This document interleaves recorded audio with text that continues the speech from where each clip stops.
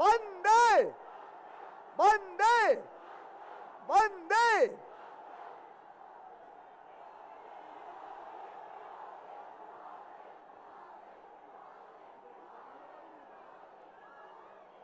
सब लोग अपने स्थान पर बैठ जाएं और अपने देश के लोकप्रिय प्रधानमंत्री, यशस्वी प्रधानमंत्री माननीय नरेंद्र भाई मोदी जी मंच पर आ गए हैं।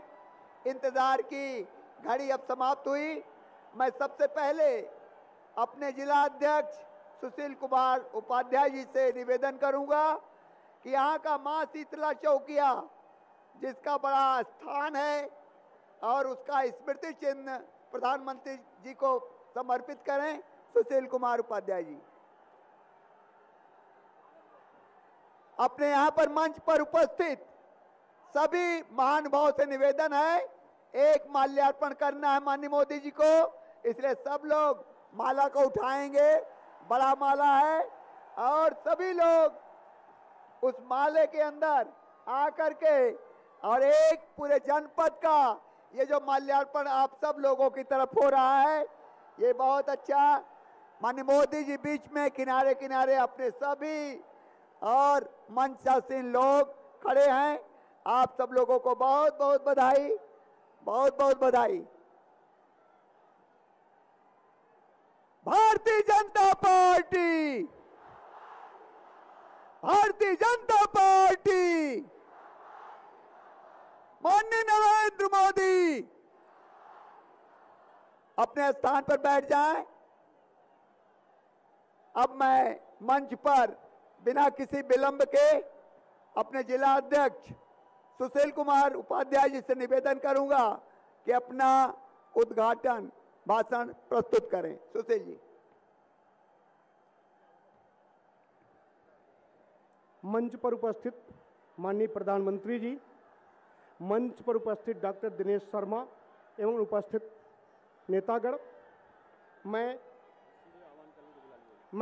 मां शीतला चौकिया के पावन भूमि पर स्वर्गीय उमानाथ सिंह की जन्मस्थली पंडित दीनदयाल उपाध्याय की कर्मभूमि पर माननीय प्रधानमंत्री जी का हार्दिक स्वागत, अभिनंदन एवं वंदन करता हूं। और मैं चाहता हूं कि आप लोग बहुत देर से बैठे हैं, इसमें कोई विलंब न हो। सीधा माननीय प्रधानमंत्री जी हम सबको अपना मार्गदर्शन प्रदान करें। माननीय प्रधानमंत्री जी। देश के लोकप्रिय प्रधानमंत्री माननीय मोदी जी माइक पर आ चुके हैं। हम सब लोग एक बार उनका हाथ उठाकर स्वागत करें।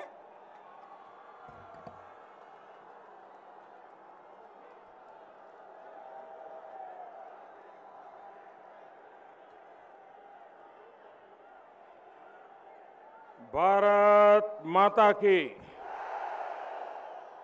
भारत माता की। मंच पर विराजमान लखनऊ के मेयर और भारतीय जनता पार्टी के राष्ट्रीय उपाध्यक्ष डॉक्टर दिनेश शर्मा जी, श्रीमान सुशील कुमार उपाध्याय, श्रीमान गोपाल टंडन जी, संसद में मेरे साथी डॉक्टर केपी सिंह, संसद में मेरे साथी श्री रामचरित निषाद जी,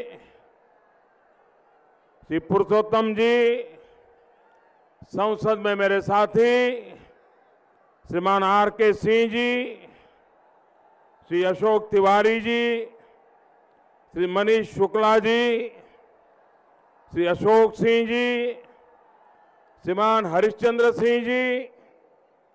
और इस चुनाव में भारतीय जनता पार्टी, अपना दल और भारतीय समाज पार्टी के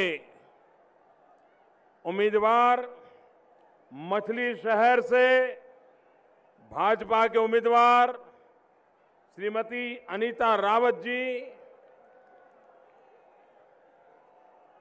मुगरा बादशाहपुर से डॉक्टर सीमा द्विवेदी जी, जफराबाद से डॉक्टर हरेंद्र सिंह जी, मलानी से सतीश कुमार सिंह जी,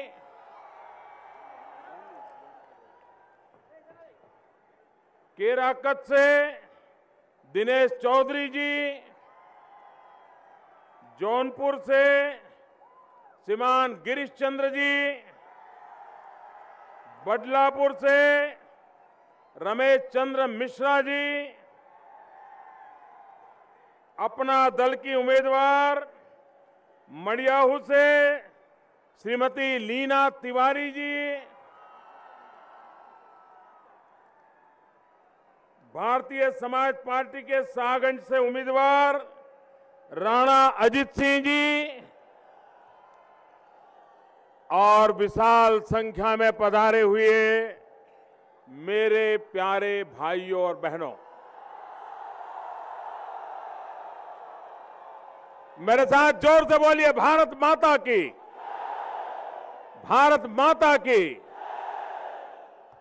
आप लोग विराजिए।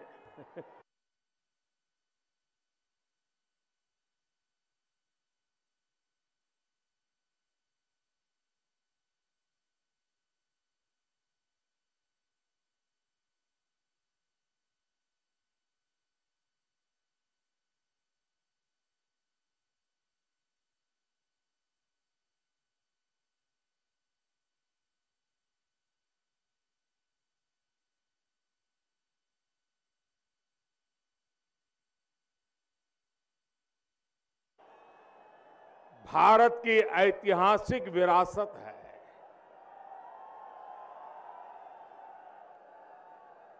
कलकत्ता और दिल्ली में बीचों बीच है हमारा जौनपुर।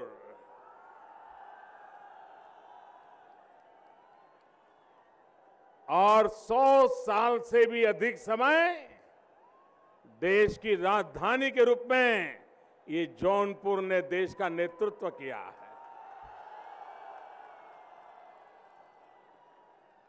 इतिहास जिसकी कोख में पला है, ऐसी जौनपुर की धरती को मेरा नमन, यहां के वीरों को मेरा नमन, यहां के नौजवानों को नमन, यहां की माताओं बहनों को मेरा नमन। भाइयों बहनों,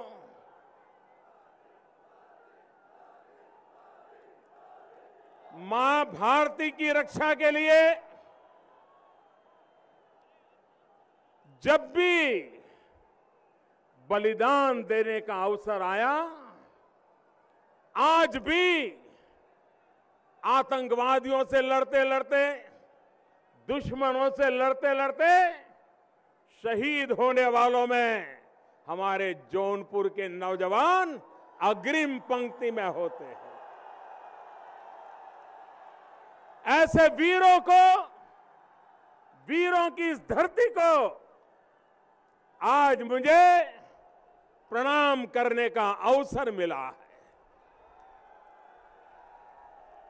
भाइयों बहनों, जब चुनाव शुरू हुआ तब मौसम ठंडा था,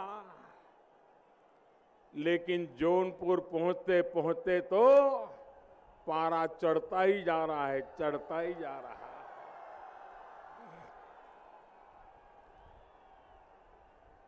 और ऐसी गर्मी में भी मैं ये जनसागर देख रहा हूं। चारों तरफ लोग ही लोग नजर आ रहे हैं। आप इतनी बड़ी मात्रा में आशीर्वाद देने के लिए आए, मैं आपका बहुत बहुत आभारी हूं। भाइयों बहनों,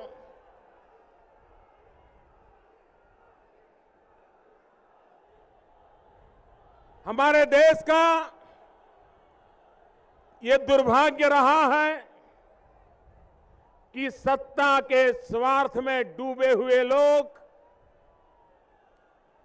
विरोधवाद की ही राजनीति करने के आदी लोग कभी कभी मर्यादाएं खो देते हैं और ऐसा पाप कर बैठते हैं जिसको न समय माफ करेगा न लोग माफ करेंगे। जब हिंदुस्तान की सेना ने सर्जिकल स्ट्राइक किया,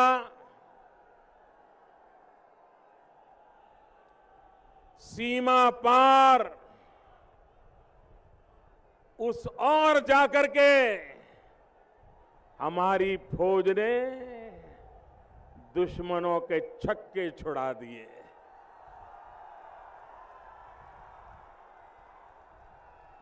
आतंकवादियों के कैंप ध्वस्त कर दिए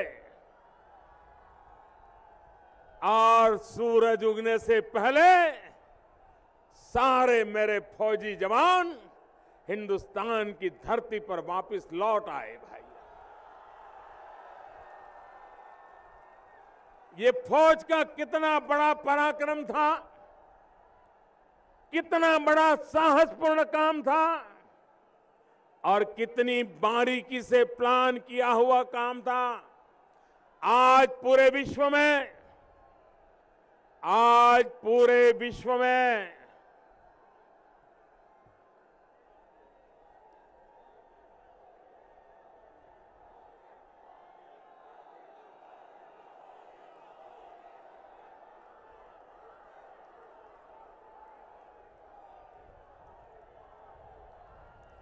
आज इधर कैमरा के कारण लोगों का जरा उत्साह बढ़ गया है, जरा वहां हो जाने दो, फिर बाद में बोलता हूं।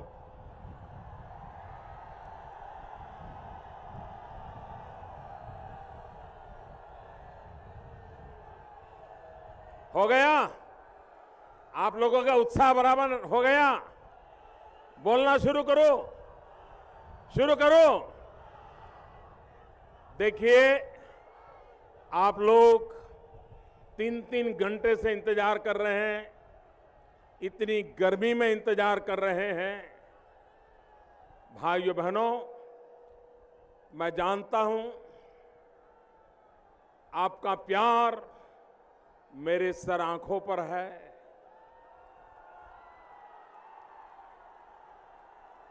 भाइयों बहनों, फौज के जवान सर्जिकल स्ट्राइक करके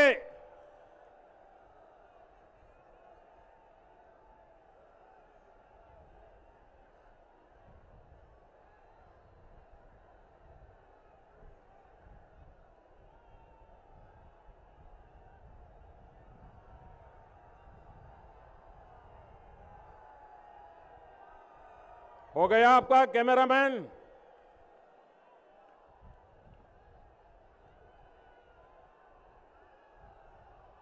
भाइयों बहनों, सर्जिकल स्ट्राइक दुनिया के देश के लोग भारत के फौज ने जो पराक्रम किया उसका अभी भी अध्ययन कर रहे हैं कि कौन सी ताकत है। भाइयों बहनों, लेकिन देश का दुर्भाग्य है कि राजनीतिक स्वार्थ में डूबे हुए कुछ लोग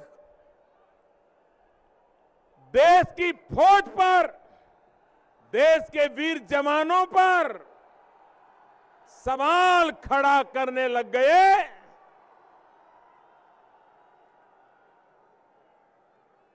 सवाल या निशान खड़ा करने लग गए। क्या सर्जिकल स्ट्राइक हुआ था क्या? वो कह रहे थे मोदी जरा सबूत दो, सबूत।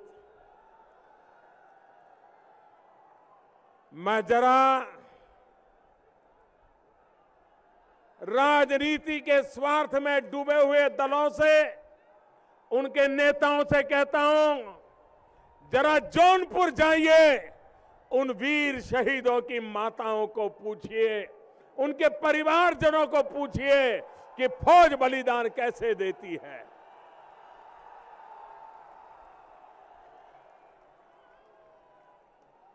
देश की फौज के लिए इस प्रकार के सवाल या निशान लगाते हो अपने निजी स्वार्थ के लिए? भाइयों बहनों, इनके लिए देश की सुरक्षा, भाइयों बहनों, अब आगे आने की कोई संभावना नहीं है। अगर आप शांत रहोगे तो मैं बोल पाऊंगा। आप तय करिए, ये छोटा सा एक कोशिश कर रहा है आगे आने का, आप तय करिए भैया।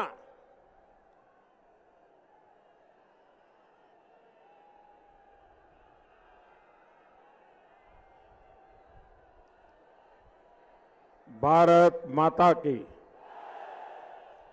मैं बोलना शुरू करूं भाई? आप लोग शांत रहेंगे? देखिए, आपका प्यार मेरे सर आंखों पर है भाई।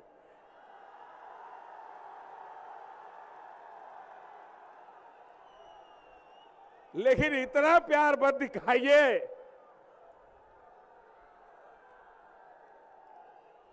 बोलना शुरू करो। ये वाले इजाजत देंगे तो बोलूंगा। बोलना शुरू करो, जरा बताइए, बोलो। पक्का? तो आप शांत रहेंगे? पक्का रहेंगे?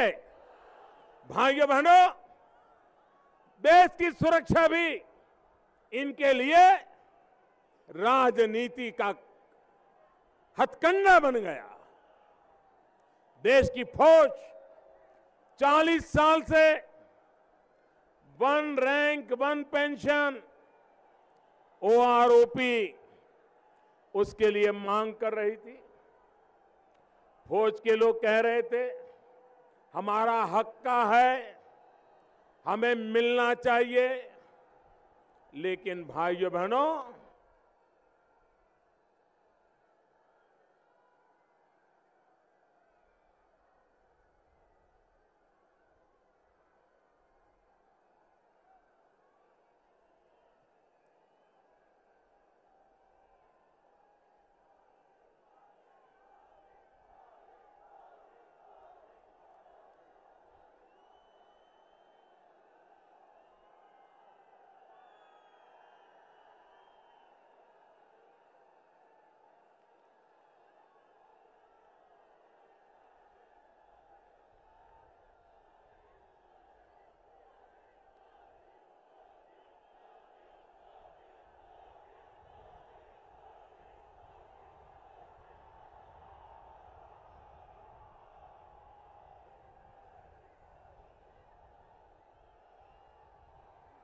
भारत माता के। भारत माता के। भारत माता के। भाइयों बहनों, one rank one pension, one rank one pension 40 साल से देश की फौज के लोग अपना हक मांग रहे थे। सरकारें आती थी, जाती थी, वादे करती थी, कमेटियां बिठाती थी, रिपोर्ट आते थे, रिपोर्ट डिब्बे में बंद हो जाते थे। फौज के लोग डिसिप्लिन में रहते थे, लेकिन उनकी बात सुनी नहीं जाती थी। चुनाव से पहले मैंने वादा किया था, और मैंने वादा किया था कि भारतीय जनता पार्टी की दिल्ली में सरकार बनते ही हम वन रैंक वन पेंशन लागू कर देंगे। भाइयों बहनों, ये पुरानी सरकार ने कितनी बेईमानी की थी। वन रैंक वन पेंशन के लिए चुनाव में लाभ लेने के लिए चुनाव के 2 महीने पहले 500 रुपया घोषित कर दिया था, और पूरे चुनाव में फौजियों की मीटिंग ले लेकर के कह रहे थे कि आपके लिए हमने वन रैंक वन पेंशन लागू कर दिया है। जब मैं आया, मैंने हिसाब किताब देखा, भाइयों बहनों, 500 रुपया दे करके इस देश के फौज का ऐसा अपमान किया, इन्होंने ऐसा अपमान किया जो कभी कोई नहीं कर सकता। जब मैंने हिसाब लगाया तो फौज को 1 रैंक 1 पेंशन का पैसा अगर देना है तो 12,000 करोड़ रुपया चाहिए। 12,000 करोड़, कहां 12,000 करोड़ और कहां 500 करोड़।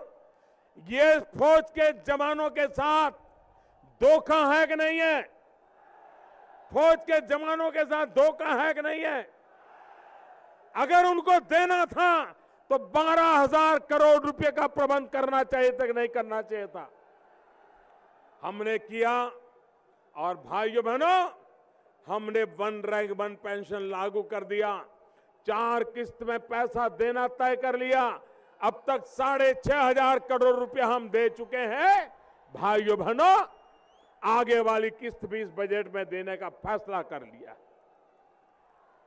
भाइयों बहनों, थोड़े दिन पहले महाराजगंज में, देवरिया में मेरी जनसभा थी, तो मैंने जरा सपा सरकार का कच्चा चिट्ठा खोल दिया था। और सपा सरकार का कच्चा चिट्ठा खोल करके ये सर्कस मैन नीचे आ जाओ भाई, आप नीचे आ जाओ।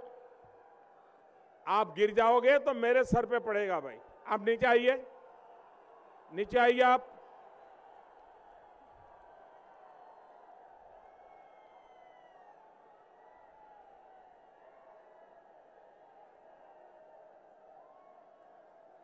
भाइयों बहनों,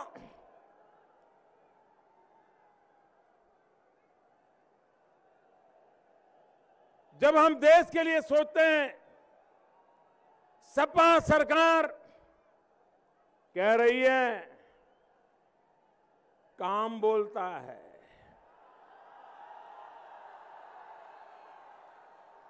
मैं जरा पूछना चाहता हूं, काम बोलता है कि कारनामा बोलता है? काम बोलता है कि कारनामा बोलता है? काम बोलता है कि कारनामा बोलता है? तो उनको बुरा लग गया कि मोदी जी ऐसा क्यों बोल रहे हैं। तो मैंने सोचा चलो भाई उन्हीं की सरकार की वेबसाइट देख लें। तो मैंने सपा सरकार की अधिकृत जो वेबसाइट थी वो जरा निकाल के देखा, और वेबसाइट में सपा सरकार ने उत्तर प्रदेश का क्या बुरा हाल किया है वो इसमें लिखा हुआ है। जब मैंने पब्लिक में पढ़ दिया तो लखनऊ से ऑर्डर निकला, सपा सरकार लाल पीली हो गई, बौखला गए। और भाइयों बहनों, जिस वेब पेज पर ये सब लिखा हुआ था, जैसा ही मैंने उनका ही दस्तावेज देश के यूपी के लोगों के सामने रखा तो उनको लगा कि ये तो हमारी पोल खुल गई, कारनामे दिखाई देने लगे। तो उन्होंने क्या किया, तुरंत ऑर्डर किया कि वेबसाइट पर से उस पेज को हटा दिया जाए, और हटा दिया। बताइए, इससे बड़ा कारनामे का कोई सबूत हो सकता है क्या? इससे बड़ा कारनामे का कोई सबूत हो सकता है क्या? भाइयों बहनों, मैं उत्तर प्रदेश भारतीय जनता पार्टी की नेतागिरी को, सारे लीडर्स को बधाई देना चाहता हूं। उन्होंने इस चुनाव के संकल्प पत्र में एक महत्वपूर्ण निर्णय किया है। उन्होंने कहा है कि भारतीय जनता पार्टी सरकार बनने के बाद हम छोटे किसानों की फसल का कर्ज माफ कर देंगे। भाइयों बहनों, भाइयों बहनों, जब आज मैं जौनपुर में आया हूं, 11 मार्च को चुनाव के नतीजे आएंगे। सपा, बसपा, कांग्रेस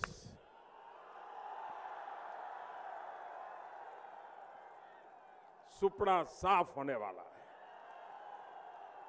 भारतीय जनता पार्टी का ज्वलंत विजय होगा। 13 मार्च को सारा हिंदुस्तान होली मनाएगा। रंग भर भर के होली मनाएगा। होली के बाद नई सरकार की शपथ विधि होगी, नई सरकार बनेगी और सरकार बनने के बाद उसकी पहली मीटिंग होगी और पहली मीटिंग में भाइयों बहनों, मैं यूपी के सांसद के नाते आप लोगों को विश्वास दिलाता हूं कि जब आप लोगों को विश्वास दिलाता हूं कि सरकार बनने के बाद पहली मीटिंग में ही किसानों के कर्ज को माफ करने का निर्णय कर दिया जाएगा।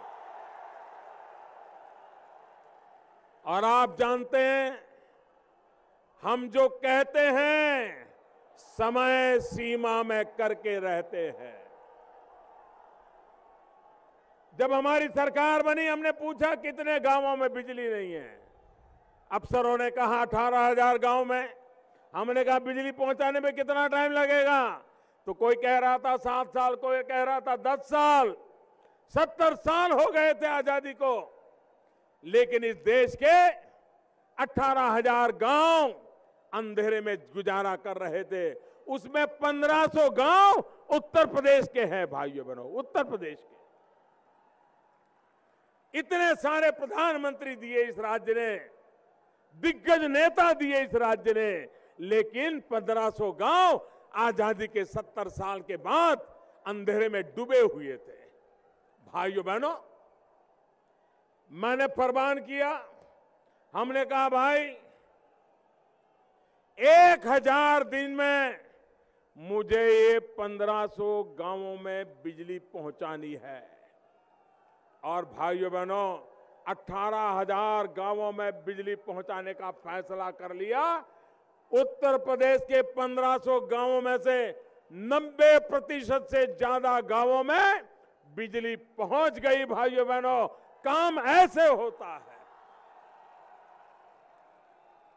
भाइयों बहनों, एक जमाना था कि गैस का चूल्हा अगर चाहिए, गैस का सिलेंडर चाहिए, तो नेता की सिफारिश लगती थी, काले बाजारी में लेना पड़ता था, रिश्वत के पैसे देने पड़ते थे। अब गरीब इंसान बेचारा रिश्वत का पैसा लाएगा कहां से?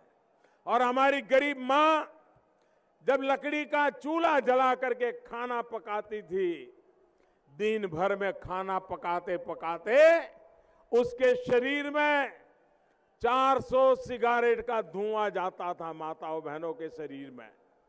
मैंने कहा मैं इन हमारी गरीब मां की सेवा करना चाहता हूं, क्योंकि मैंने गरीबी देखी है। मैं गरीबी में पैदा हुआ हूं, मैं गरीबी में पला हूं। लकड़ी के चूल्हे से जब मां खाना पकाती थी, कितना धुआं निकलता था, वो मैंने बचपन में झेला है। और इसलिए इन गरीब माताओं के लिए मैंने तय किया कि 3 साल के भीतर भीतर 5 करोड़ घरों में, 5 करोड़ गरीब घरों में मैं गैस का चूल्हा दूंगा, गैस का कनेक्शन दूंगा और मुफ्त में पहला कनेक्शन दे दूंगा। भाइयों बहनों, अभी तो योजना को 1 साल भी पूरा नहीं हुआ है, अब तक 1.25 करोड़ से ज्यादा गरीब परिवारों में गैस का सिलेंडर पहुंच गया, कनेक्शन लग गया। गरीब मां को लकड़ी के चूल्हे के धुएं से मुक्ति दिला दी और 3 साल में 5 करोड़ परिवारों को देने के बाद ही मैं चैन से बैठने वाला हूं। काम ऐसे करते हैं। भाइयों बहनों, एक तरफ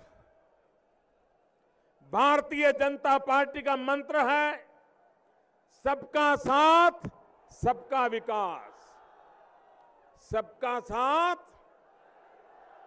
सबका साथ। लेकिन कुछ लोगों का, राजनेताओं का कारोबार आपने देखा है, सरकारों का कारोबार देखा है। उनका मंत्र है कुछ का साथ कुछ का ही विकास। भाइयों बहनों, हम सबका साथ सबका विकास की चर्चा करते हैं तो हमें कौमवादी कहा जाता है, और जो लोग सिर्फ कुछ का साथ और कुछ का ही विकास में लगे रहते हैं उनको बड़ा बिन सांप्रदायिक कहा जाता है। ये तराजू वालों ने भी देश को तबाह करके रखा हुआ है। भाइयों बहनों, शांति, एकता, सद्भावना यही हमारी प्रगति की गारंटी है, यही हमारे विकास की गारंटी है। और इसलिए भाईचारे से सबको साथ लेकर के सबका भला करने का काम ये भारतीय जनता पार्टी की सरकार करती है, आगे भी करना चाहती है। और इसलिए भाइयों बहनों, मुझे उत्तर प्रदेश के भाइयों बहनों के आशीर्वाद चाहिए, मुझे उत्तर प्रदेश के भाइयों बहनों का साथ सहयोग चाहिए, और मुझे विश्वास है कि आपका साथ सहयोग मिलेगा। भारतीय जनता पार्टी 5 चरण पहले पूरे हुए, आज 6ठा चरण चल रहा है, और जो अब तक खबरें आई हैं, भाइयों बहनों, भारतीय जनता पार्टी को लोग बहुमत दे चुके हैं। अब आपको भारी मतदान करके बोनस देने का आपके जिम्मे आया है, बोनस देने का आपके जिम्मे आया है। ऐसा भव्य विजय दिलाइए, ऐसा भव्य विजय दिलाइए। भाइयों बहनों, उत्तर प्रदेश का भाग्य बदलने में किसी को भी बहानेबाजी करने का मौका न मिले, ऐसा बहुमत मैं आपसे चाहता हूं। 5 साल के बाद आप हमारा हिसाब मांग सके कि मोदी जी बताइए, उत्तर दो, आपने कहा था 5 साल में क्या किया। 2022 में जब चुनाव हो, आप मेरा हिसाब मांग सके, ऐसा मुझे बहुमत दीजिए, मैं आपको हिसाब दे दूंगा। भाइयों बहनों, जरा मुझे जौनपुर के भाइयों बहनों बताइए, आपको 24 घंटे बिजली मिलती है क्या? जरा जोर से बताओ, बिजली मिलती है क्या? बिजली मिलती है क्या? आपके तो मुख्यमंत्री कह रहे हैं कि मिलती है। सच बोल रहे हैं क्या? सच बोल रहे हैं क्या? चुनाव में भी आपके आंख में धूल झोंक रहे कि नहीं झोंक रहे? झोंक रहे कि नहीं झोंक रहे? क्या ऐसे लोगों पे भरोसा करोगे क्या? ऐसे लोगों पे भरोसा करोगे क्या? भाइयों बहनों, भारत सरकार 24 घंटे बिजली देने के लिए पैसे दे रही है। भारत सरकार सस्ते में बिजली दे रही है, लेकिन इनको तो बिजली सिर्फ सफाई में चाहिए, जौनपुर में बिजली नहीं चाहिए। उनके चहेते जो लोग हैं, उनके इलाके में तो 24 घंटे बिजली आती है, लेकिन आपके इलाके में 24 घंटे बिजली देते नहीं। पैसे हमने दिए हैं, पड़े रहे पैसे, पैसों तक खर्च करने की उनको फुर्सत नहीं है। भाइयों, राजनीति करते रहना। इसलिए भाइयों बहनों, आप देखिए, आज गरीब की थाली में जो खाना आता है, अगर 30 रुपये का खाना आया है तो 27 रुपये भारत सरकार के खजाने से आते हैं।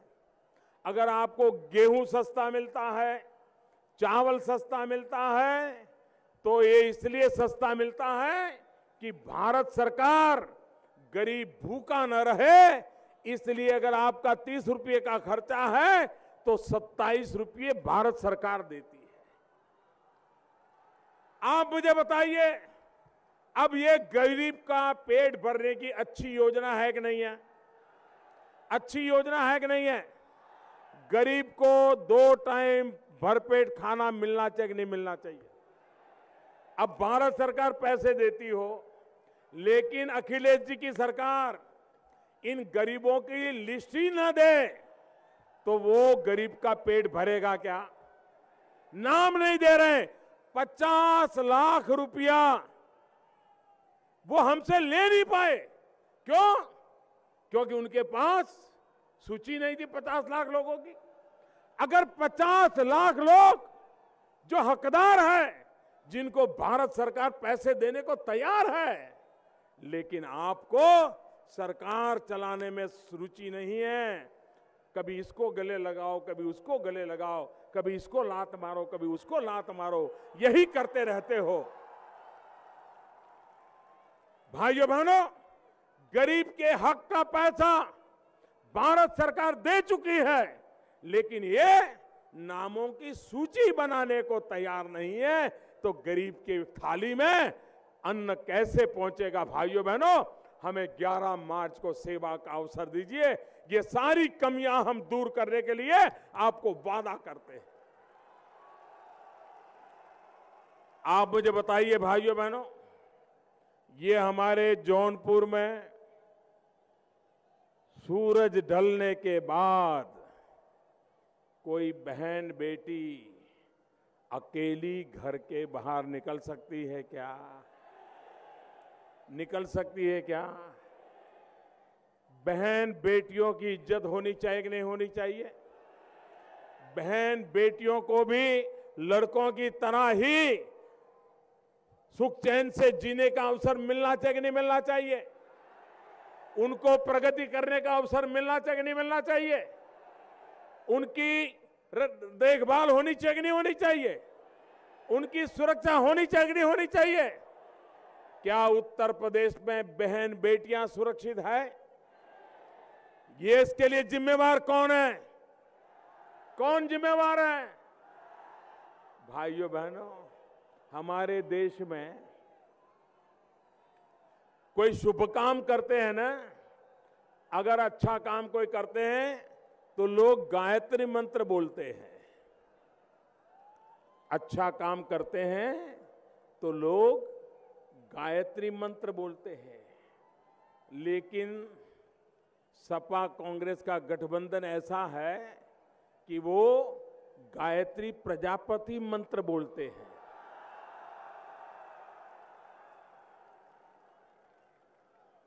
अब मुझे बताओ भाई, उनकी एफआईआर लिखी गई, चुनाव सभा में मुख्यमंत्री गए, वो खुद मतदान करने गए और अब पुलिस पकड़ने के लिए निकली है। इसको क्या कहेंगे भाई? ये धोखा है कि नहीं है? एक बेटी न्याय मांग रही है और मुख्यमंत्री जी गुनहगार को रक्षा कर रहे हैं। इससे बड़ा कलंक क्या हो सकता है भाई?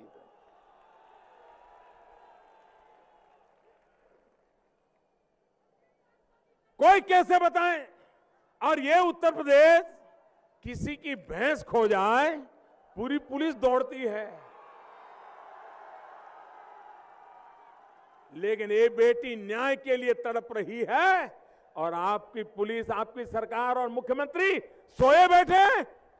भाइयों बहनों, ऐसी सरकार को सजा देनी चाहिए। माताएं बहनें, मां बहनों की इज्जत के लिए जो काम नहीं करती, ऐसी सरकार को सजा देनी चाहिए। हमेशा हमेशा के लिए सजा देनी चाहिए।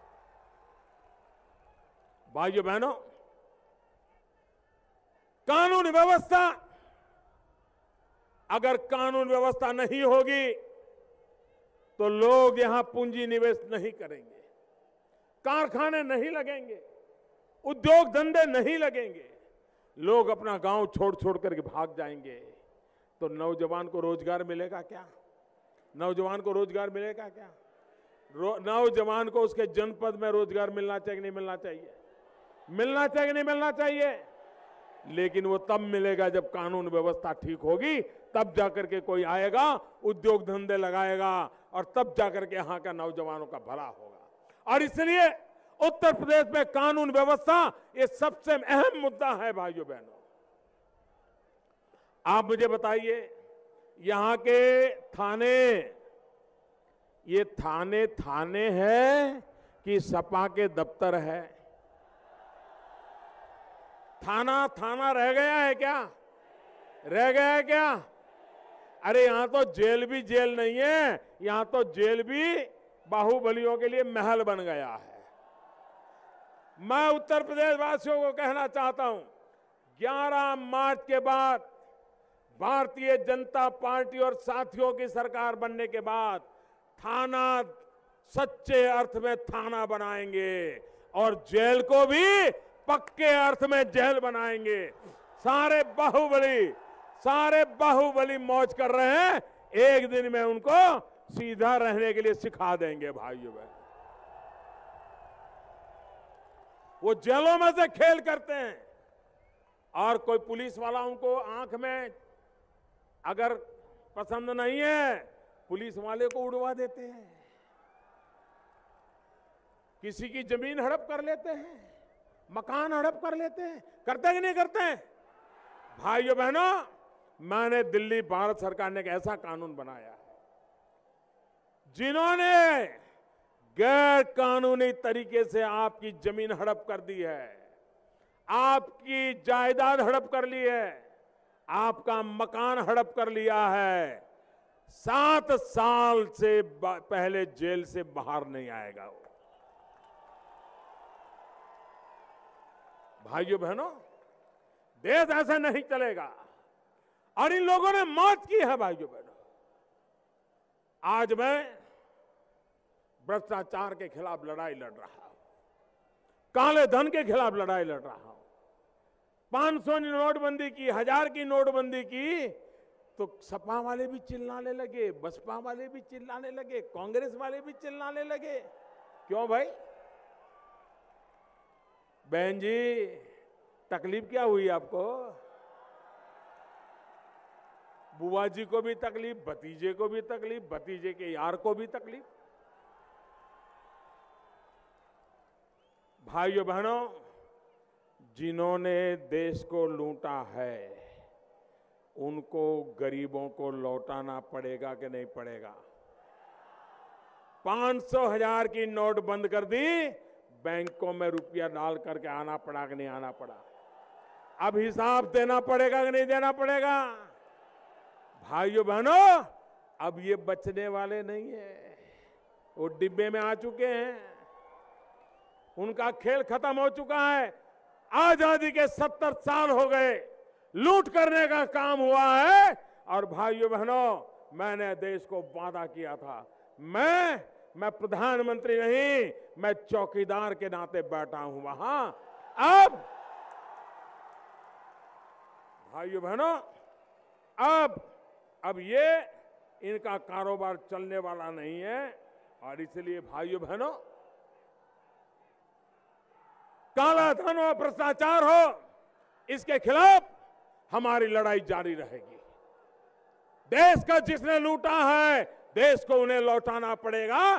तब तक हम चैन से बैठने वाले नहीं है। भाइयों बहनों, मुझे आपका आशीर्वाद चाहिए। अभी अखिलेश जी मुझे कह रहे थे कि मोदी जी, अगर आप दिल्ली आगरा रोड पर जाओगे ना, तो आप भी सपा को वोट दे दोगे। अखिलेश जी, एक काम करो, आप जरा साइकिल पर बैठ करके और पीछे आपके नए यार को बिठा करके इसी हमारे जौनपुर में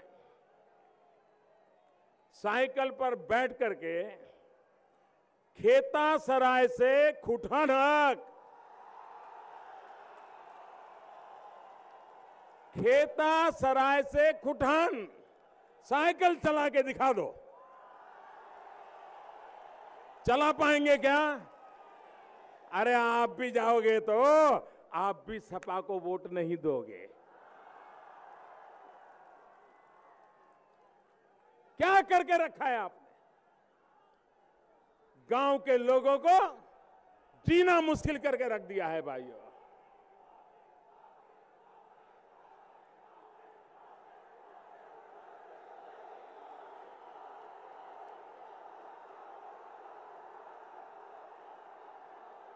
और इसलिए भाइयों बहनों,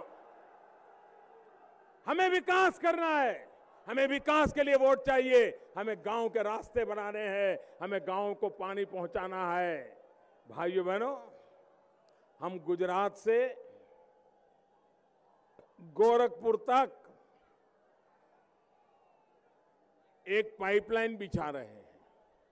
गुजरात से गोरखपुर तक करीब करीब 3000 किलोमीटर, और वहां से गैस उठाएंगे और इस पूरे इलाके में गैस लेकर के आएंगे। भाइयों, लोगों को यहां गैस आएगा तो उद्योग आएंगे। भाइयों बहनों, विकास की संभावनाएं बढ़ जाएगी।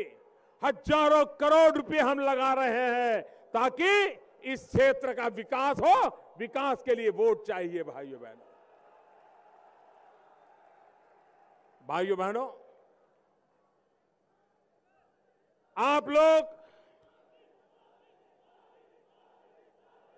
8 तारीख को मतदान है। आखिरी दौर में मतदान आपको करना है। एक प्रकार से जिन जिन लोगों ने पाप किया है, उत्तर प्रदेश को तबाह किया है, आपको 8 तारीख को पिंडदान करने का सौभाग्य मिला है। कमल के निशान पर उंगली दबा करके, अपना दल के निशान पर उंगली दबा करके, भारतीय समाज पार्टी के निशान पर उंगली दबा करके इनका पिंडदान करना है और इनको छुट्टी कर देनी है। बहुत लूटा, ये सपा, बसपा, कांग्रेस, तीनों से मुक्ति यही विकास का दरवाजा खोलेगी, यही दरवाजा खोलेगी। मेरे साथ पूरी ताकत से बोलिए, भारत माता की, भारत माता की, भारत माता की। बहुत बहुत धन्यवाद।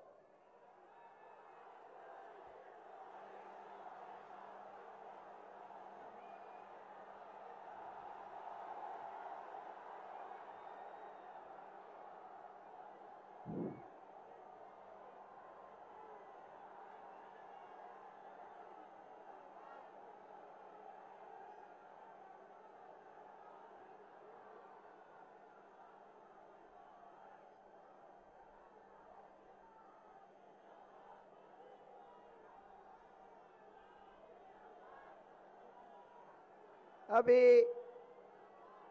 माननीय मोदी जी मंच से और नीचे उतर रहे हैं। हम सब लोग बहुत